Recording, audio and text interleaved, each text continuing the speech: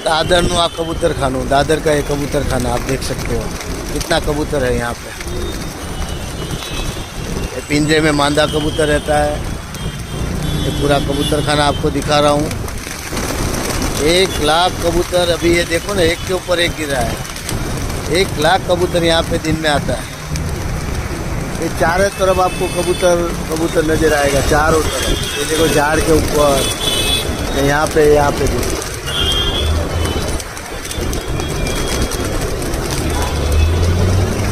અમારા ગુરુદેવ કલ્પતરુ સુરેશ્વરજી મહારાજા એમ કહે છે, કોઈનું તમે જોશો ને તો કોઈ તમારું જોશે।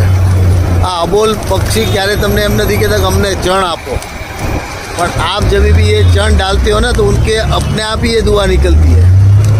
बस सिर्फ 900 रुपये का एक गुनी है। अभी भाव बढ़ा हुआ है, लेकिन फिर भी हम लोग यहाँ पे 900 रुपये में डालते हैं।